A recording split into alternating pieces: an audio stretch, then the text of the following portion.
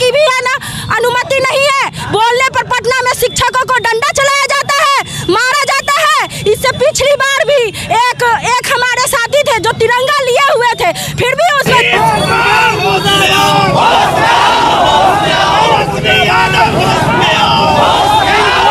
की सारी आहारता पूरा कर ली है और पूरा करने के बावजूद भी सरकार हमें बरगला रही है और हमें रोड पे आने के लिए मजबूर कर रही है। ये लोकतांत्रिक सरकार है क्या? बोलने की भी है ना अनुमति नहीं है। बोलने पर पटना में शिक्षकों को डंडा चलाया जाता है, मारा जाता है। इससे पिछली बार भी एक हमारे साथी थे जो तिरंगा लिए हुए थे, फिर भी उसमें तो लाठियों की बरसात हो रही थी। क्या यही हमारी शिक्षकों की दुर्दशा है? क्या शिक्षकों की यही गरिमा रह गई है और झूठे वादे किए जाते हैं? ये बहुत ही निंदनीय बातें हैं कि शिक्षकों पर आवाज उठाने पर पटना में लाठीचार्ज कराई जाती है और इसी के विरोध में हम लोग यहाँ प्रदर्शन कर रहे हैं। और हम लोगों को हर हालत में 7वीं चरण विज्ञप्ति चाहिए तो चाहिए, बस चाहिए। अब हम लोगों से सारे नेतागण से भरोसा टूट रहा है, सारे नेतागण से भरोसा टूट रहा है। जब हम लोग सामने आते हैं तो कोई कहता है ये आरजेडी का है, तो कोई कहता है ये बीजेपी का है। ये क्या है जी? ये क्या हो रहा है? जब शिक्षक अपनी मांग कर रहे हैं, जब बेरोजगार लोग अपनी रोजगार ढूंढ रहे हैं, तो उस पर लाठीचार्ज करके उसके आवाज को बंद किया जा रहा है। ये बंद नहीं होगा। हम शिक्षक हैं और हमारी शिक्षा की बहुत बड़ी गरिमा है। शिक्षा मंत्री है। की सरकार हमेशा यह कहती है कि हम 10 लाख नौकरियां देंगे, अर्थात 10 लाख रिक्तियां है।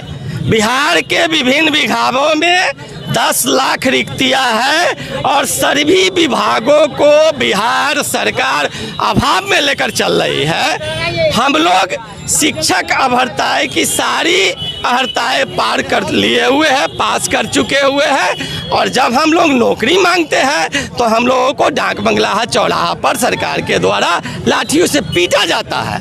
अब हम लोगों का मौलिक अधिकार भी छीन लिया गया है। हम चाहे बिहार में किसी भी दल को वोट देते हैं, सरदार एक ही होता है। सभी गिरोह का सरदार एक ही है जिसका नाम नीतीश कुमार है और वह बहुत बड़ा डाकू है, डाकू का सरदार है। हमारे नैतिक मौलिक अधिकार सारे छीन लिए गए। हमारा गुनाह यही है कि हम सिर्फ पढ़ लिख कर और सरकार के द्वारा सभी कराए गए परीक्षाओं को पास कर लिए हुए हैं। यही हमारा गुनाह है। सरकार या तो हमें गोली मार दे और नहीं तो हमारे जितने भी शैक्षणिक प्रमाण पत्र है और यहाँ तक की नागरिकता है हम लोगों का ले लिया जाए, फिर से हमारे बिहार को गुलाम बना दिया जाए। गुलामी मंजूर है, लेकिन यह चाचा भतीजा का सरकार एकदम नहीं मंजूर है, यह नामंजूर है। और इसकी जितनी भी भर्त्सना की जाए, जितना भी इनका निंदा किया जाए, वह काफ़ी कम है। नीतीश कुमार होश में आओ, नीतीश कुमार शिक्षा मंत्री कभी रिक्तियां मंगाने के नाम पर, नियमावली बनाने के नाम पर 2019 से 4 सालों से संघर्षरत सीटेड अभ्यर्थी का बेरोजगार बनाया हुआ है, लाइफ बेरोजगार कर रहा है।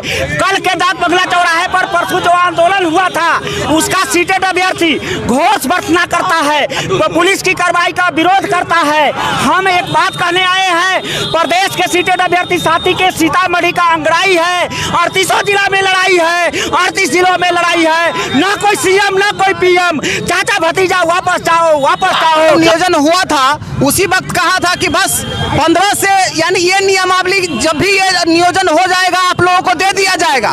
वो नियोजन हो भी गया, कभी हुआ, आज 1 साल हो गया।